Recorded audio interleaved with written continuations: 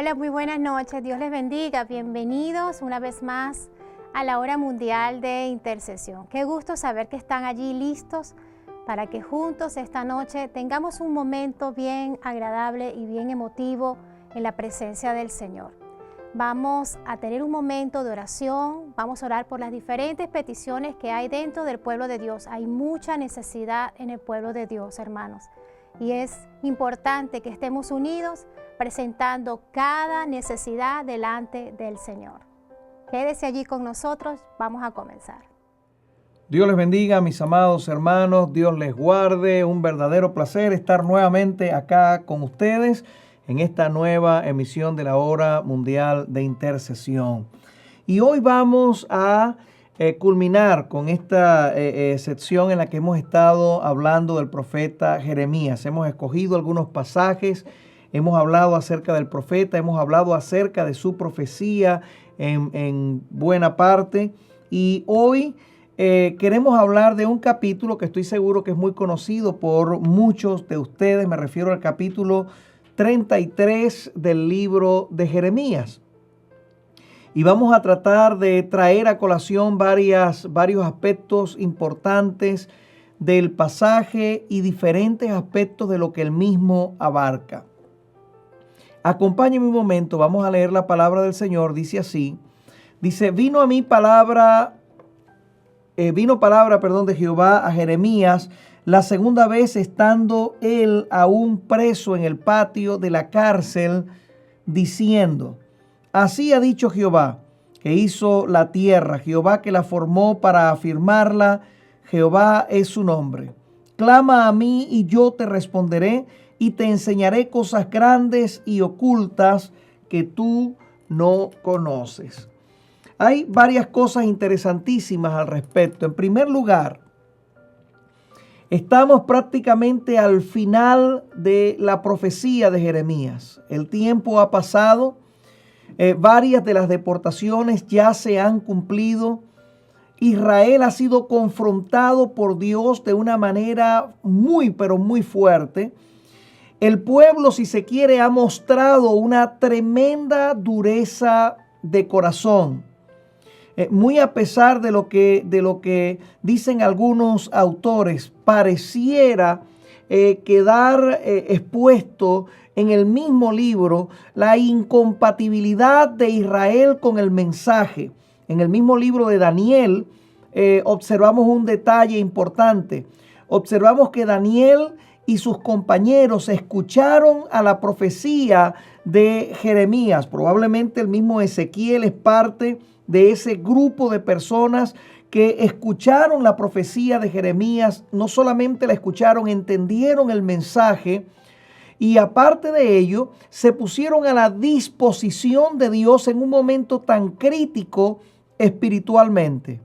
Pero la salvedad es que de una forma mayoritaria el pueblo de Israel rechazó el mensaje del profeta Jeremías.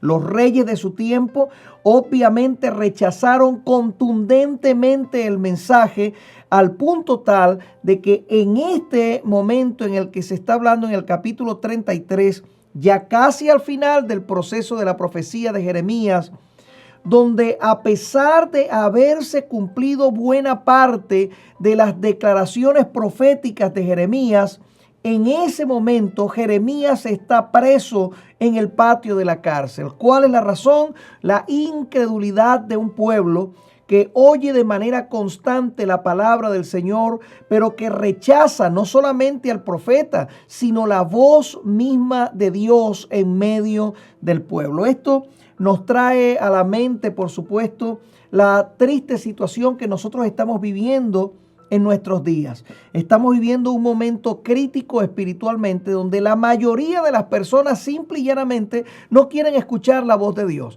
Y usted me dirá: oh pastor, pero es porque son inconversos. Perdón, no estoy hablando de gente inconversa. Es obvio que mucha gente no creyente rechazan el mensaje de Dios. Pero cuando traemos a la mesa el hecho de que la iglesia de Jesucristo se encuentra en un desbande tan horrible en este momento de la historia, cuando nosotros estamos abrazando el último momento en el que se supone que la iglesia del Señor Jesucristo debería estar más preparada que nunca para el rapto. Mis amados hermanos, parece incongruente la situación, observar el mensaje que Dios tiene para su iglesia en este momento, tan similar a lo que dijo el profeta Jeremías, y que la realidad sea igual o quizás aún peor, nos hace pensar en cuáles fueron las consecuencias para la nación de Israel y cuáles podrían ser las consecuencias para la iglesia de Dios en este tiempo.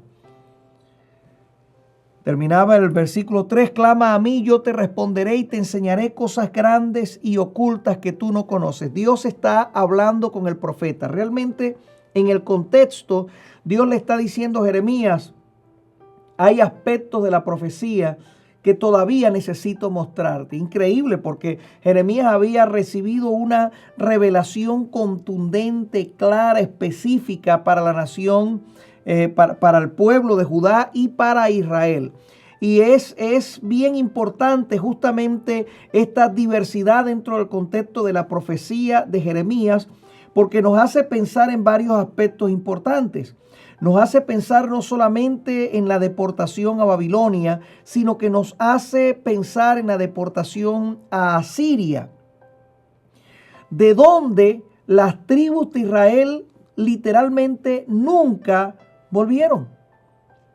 Y que hasta el día de hoy nosotros tenemos una cantidad de tribus, específicamente 10 de las tribus, que nunca reaparecieron como tal, y que hasta el día de hoy se habla de las 10 tribus perdidas de Israel. Y que, por cierto, nosotros vamos a hablar de ese tema, vamos a tocar ese tema y vamos a tratar de exponer algunas de las últimas teorías, y algunas de ellas que no parecen ser precisamente teorías, más bien realidades contundentes de dónde se encuentran literalmente las tribus perdidas, entre comillas, de Israel. Ahora dice, porque así ha dicho Jehová, Dios de Israel, acerca de las casas de esta ciudad y de las casas de los reyes de Judá, derribadas con arietes y con hachas, porque vinieron para pelear contra los caldeos, para llenarlas de cuerpos de hombres muertos, a los cuales herí yo con mi furor y con mi ira, pues escondí mi rostro de esta ciudad a causa de toda su maldad. Oiga eso, porque es sumamente interesante el hecho de que Dios tenga que hablarle de esta manera justamente a su pueblo. Algunos dicen de que Dios no puede hablarle duramente a su pueblo, de que Dios jamás haría tal cosa. Mis amados hermanos, cuando el pueblo de Dios ofende la santidad de Dios, lo primero que debe esperar la iglesia es que automáticamente Dios empiece a levantar su voz por todas partes y a señalar de forma contundente la situación que está ocurriendo. A Dios no le asustan los nombres de los hombres ni los cargos que estos ocupan.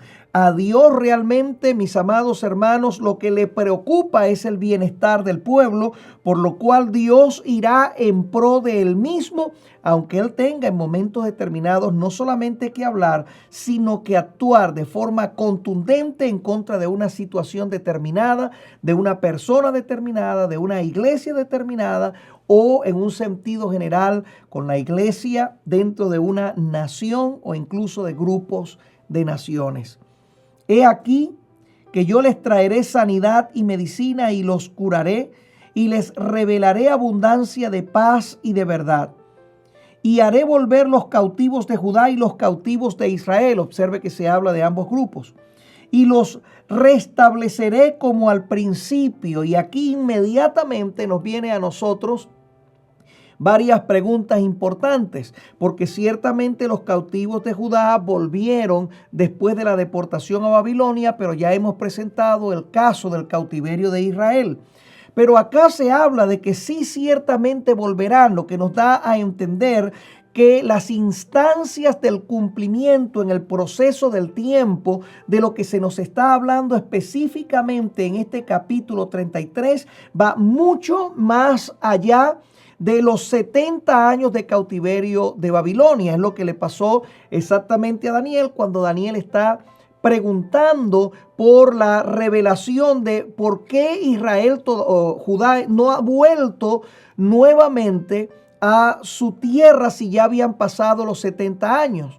Cuando viene el ángel para revelarle a Daniel lo que de parte de Dios le ha sido enviado a decir, el ángel le dice: Daniel, varón muy amado, y le dice: 70 semanas han sido dispuestas sobre tu pueblo y sobre tu santa ciudad.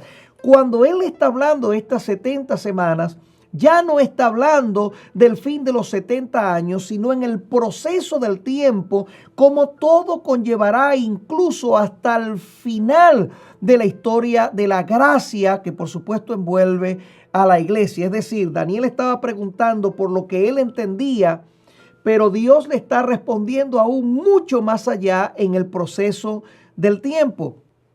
En este caso se envuelve, un proceso de instancias de cumplimiento que conllevan, por supuesto, al cumplimiento de la vuelta de Israel a la nación como tal, para reconstruir los muros, para reconstruir el templo, para reconstruir el servicio a Dios, para reestablecerse allí.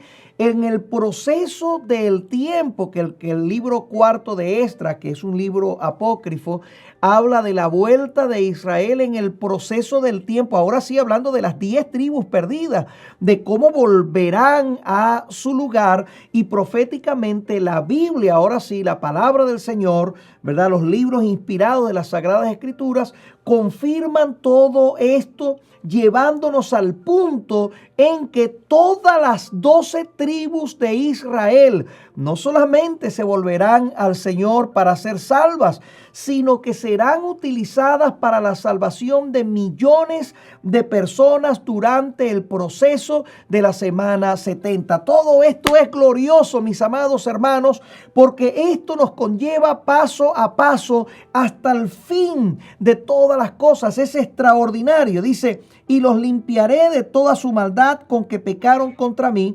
Perdonaré todos sus pecados con que contra mí pecaron y con que contra mí se levantaron. Aleluya, gloria al Señor. Fíjese que hay varios detalles interesantes acá, pero lo primero que a mí me llama poderosamente la atención es el punto en la historia, a nivel de referencia profética, a donde hemos llegado en este particular.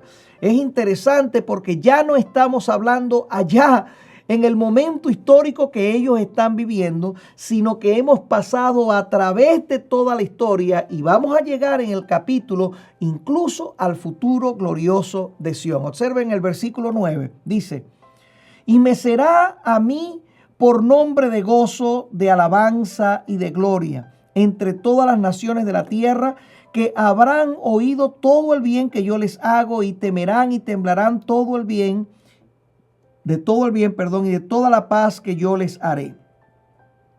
Así ha dicho Jehová: este lugar del cual decís que está desierto, sin hombres, sin animales, en las ciudades de Judá y en las calles de Jerusalén que están asoladas, sin hombre, sin morador y sin animal, ha de oírse aún voz de gozo, voz de alegría, de desposado, voz de desposada, voz de los que digan: alabad a Jehová de los ejércitos, porque Jehová es bueno, porque para siempre es su misericordia. Voz de los que traigan ofrendas de acción de gracias a la casa de Jehová, porque volveré a traer a los cautivos de la tierra como al principio, ha dicho Jehová. Así dice Jehová de los ejércitos: este lugar desierto, sin hombres, sin animales y sin todas sus ciudades, aún habrá cabañas de pastores que hagan pastar sus ganados.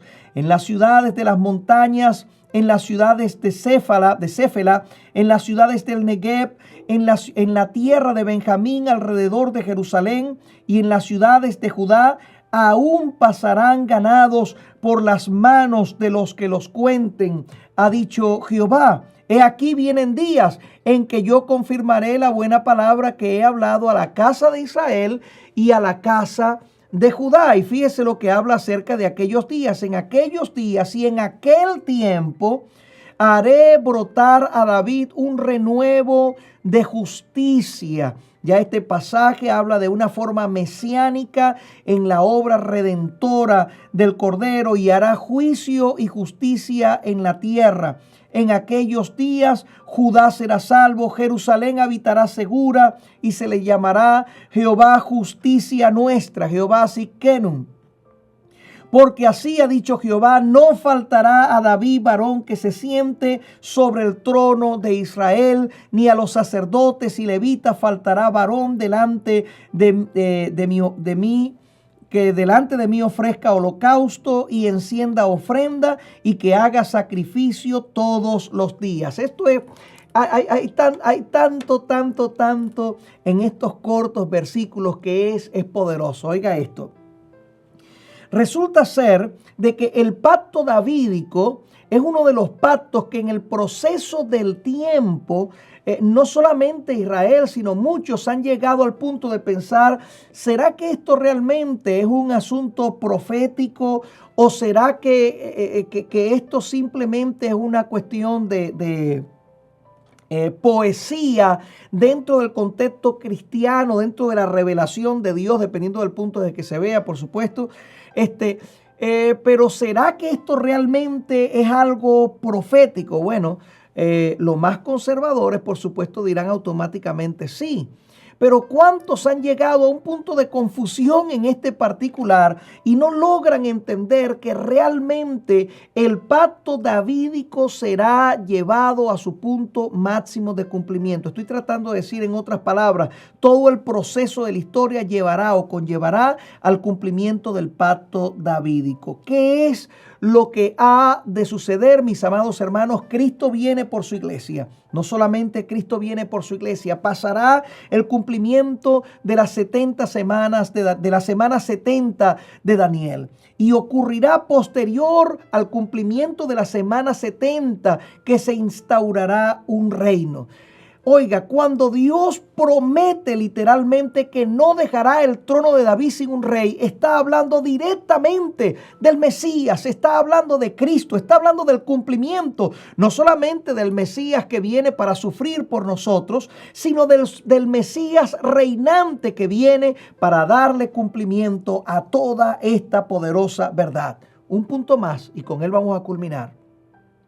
También se nos asevera acá que no faltarán sacerdotes y levitas, lo que indica la reivindicación, oiga, de todo el proceso sacrificial de la nación de Israel. Es decir, para aquellos que dicen Dios desechó a Israel y ahora solamente lo que tenemos es la iglesia y ya no importa Israel y no hay más futuro para Israel, este pasaje contradice tal enseñanza, mis amados hermanos. Israel va corriendo hacia el futuro glorioso de su redención. Cuando se habla del futuro de Sión, esa expresión habla de la Israel redimida, cubierta de gloria, la que ve el cumplimiento maravilloso de todas estas grandes promesas. Clama a mí, yo te responderé y te enseñaré cosas grandes y ocultas que tú no conoces. E inmediatamente vemos toda una revelación de un proceso en el tiempo que conlleva incluso hasta el final del milenio. Esto es grandioso, mis amados hermanos. Nuestro Dios conoce el final de todo antes del principio. Todo, mis amados hermanos, está en sus manos, como lo estamos también usted y yo. Las poderosas verdades enseñadas acá en este maravilloso libro del profeta Jeremías, yo creo que son verdades para ser recordadas y para ser tomadas en cuenta. Alabado sea el nombre del Señor. Hoy tenemos que orar. Hay diferentes situaciones por las cuales queremos clamar en el proceso del tiempo, que yo digo que es la prueba de fuego para la iglesia. Tenemos que poner en perspectiva la realidad de que En el último momento de la historia, una de las tristes cuestiones planteadas por el Señor Jesucristo es que desgraciadamente la iglesia se iba a dormir y antes de que sonara la trompeta y el esposo o el novio viniera por la iglesia, mis amados hermanos, veríamos a una iglesia adormecida y en muchos de los casos sin lámparas y sin aceite en sus vasijas.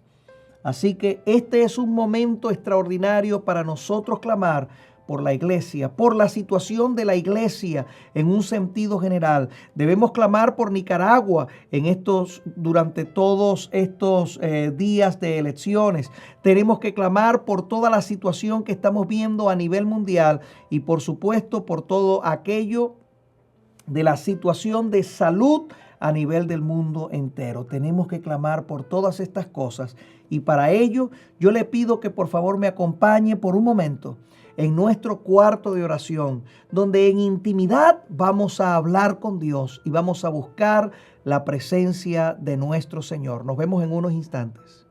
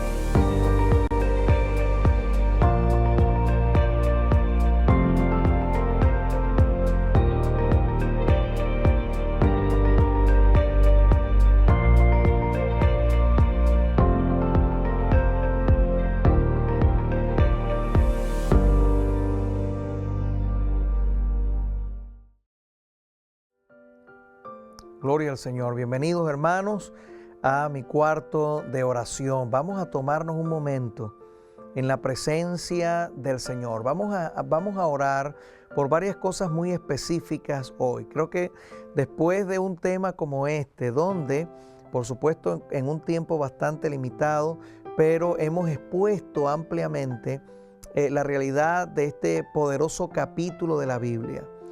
Hay mucho, mis amados, por qué orar. Cuando nosotros observamos lo que hemos hablado y ponemos en perspectiva la situación de la iglesia, inmediatamente lo primero que nosotros debemos hacer es clamar al Señor por la realidad del pueblo de Dios en este tiempo. Señor, dale oídos a tu iglesia, dale un corazón sensible a tu iglesia, oídos para oír, para recibir la palabra, ojos para ver la realidad de lo que nos está envolviendo. Que la iglesia no actúe en ceguera espiritual, remueve la ceguera espiritual del corazón de la iglesia. Esto es importantísimo, mis amados hermanos. Así que hoy vamos a comenzar por acá. Yo le pido que allí donde usted está, cierre sus ojos juntamente conmigo, olvídese del tiempo, olvídese de todo, deténgase por un momento allí en la sala de su casa, pare por un momento lo que está haciendo, si va manejando, deténgase por un instante, vamos a orar juntos. Padre Celestial, Señor, al pensar en la realidad que hemos expuesto hoy, hacia dónde vamos en la historia, hacia dónde nos conduce toda la situación histórica. Dios mío, cómo en este momento, Padre, la iglesia necesita más que nunca, Señor, tener sus ojos abiertos, su corazón sensible a tu palabra. Estamos en un momento donde las falsas enseñanzas están por todas partes. Estamos en un momento donde los falsos maestros, Señor, son más que nunca. Dios mío, es impresionante, Señor, ver la cantidad de pastores, de ministros, de líderes que van detrás de todos estos movimientos, que lo que buscan, Señor, es un bienestar propio y no el del reino, el del verdadero reino de Dios. Señor Jesucristo, oramos en este momento, Dios mío, por tu iglesia, para que tu iglesia pueda recibir esa sensibilidad de corazón que es indispensable en este momento de la historia. Señor, la parábola de las 10 vírgenes, Dios mío, al observarla, al pensar en ella, y ver la situación de 5 de las vírgenes, las cuales eran insensatas y aunque tomaron consigo su lámpara en sus manos, pero no tenían en ellas aceite. A muchos aún le faltan las lámparas hoy en día. Dios, es como que si se hubiera abandonado completamente la vida espiritual y se hubiera dedicado la vida al materialismo, al quehacer diario. Señor, pero yo te ruego en este momento que tú vuelvas el corazón de tu iglesia a ti. Señor Jesús, que podamos experimentar ese arrepentimiento histórico que necesitamos experimentar en este preciso momento. Señor, oramos por Nicaragua, Dios mío, porque Nicaragua está en un momento difícil. Padre Celestial, la situación a nivel de las elecciones no deja muchas esperanzas al pueblo. Dios de la gloria, y aún muchos ni siquiera entienden su propia realidad.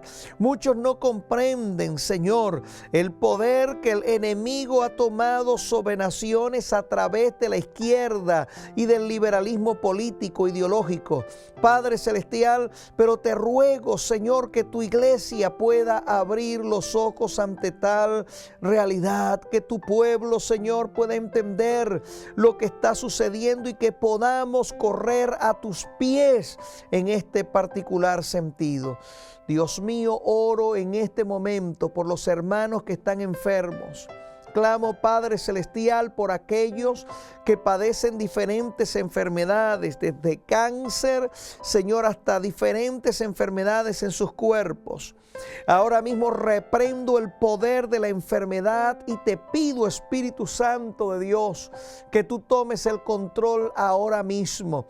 Esas enfermedades que provienen de ataques demoníacos sobre personas que te sirven y que son fieles a ti.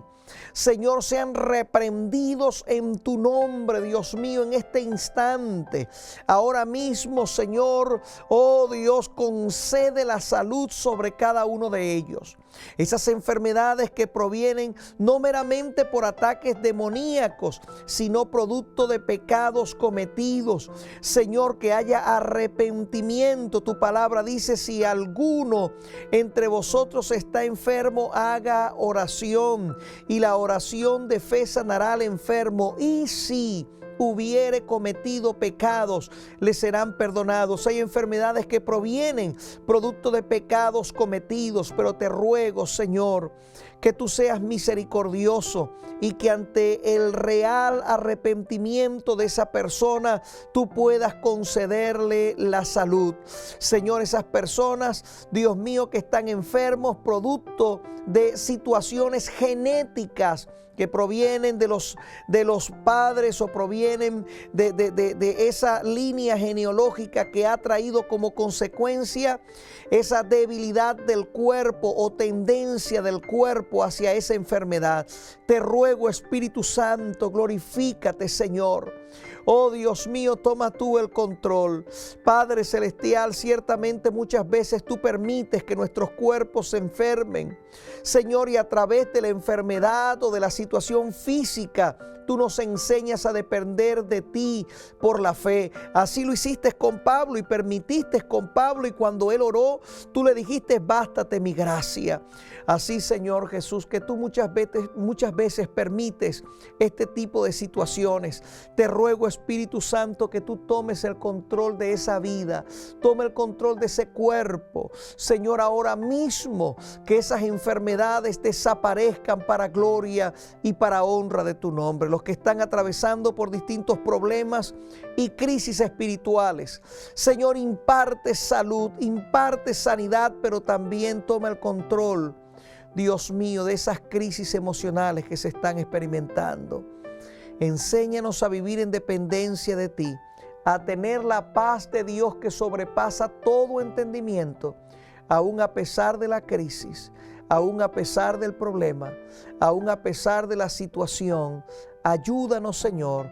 Desde este cuarto de oración te pedimos, desde acá, en los secretos, Señor, para que allí, a través de esa pantalla, tú puedas obrar en público, Señor.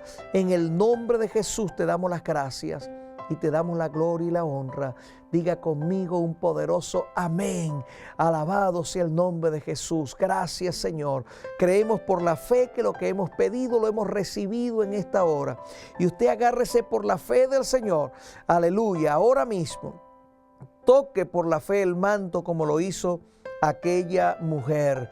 Y mi amado hermano, crea que el Señor le ha sanado y que el Señor ha actuado sobre la situación y sobre la petición que usted tenía delante del Señor. Gracias por estar conmigo acá en lo privado, en la presencia del Señor, en nuestro cuarto de oración. Y le invito para que si no se ha suscrito a nuestro canal, usted pueda hacerlo en este mismo momento y de esa manera pueda ayudarnos a seguir adelante con todo el trabajo que estamos haciendo. Corra la voz de esta programación y de este momento en la presencia de nuestro Señor. Espero que en la próxima emisión, que será el próximo viernes, podamos estar juntos nuevamente, usted y yo. Dios le bendiga, Dios le guarde. Hasta entonces.